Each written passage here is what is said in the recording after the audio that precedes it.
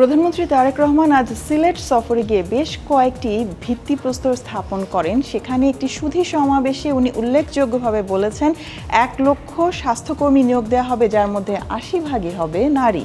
১ লক্ষ স্বাস্থ্যকর্মী নিয়োগ করার পরিকল্পনা গ্রহণ করেছে। ১ লক্ষের মধ্যে ৮০% থাকবে নারী। ইতিমধ্যেই টানা বৃষ্টিতে হাওরে ফসলের ব্যাপক ক্ষয়ক্ষতি হয়েছে।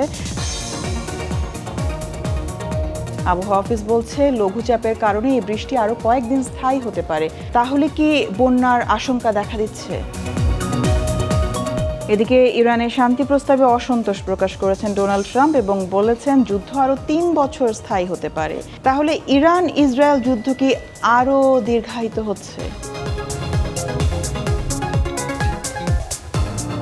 এই সব প্রশ্নের উত্তর সহ আরো বিস্তারিত সংবাদ নিয়ে দীপ্ত রাতের সংবাদ ঠিক ১১টায় থাকছি আমি তারান্নুম জ্যোতি।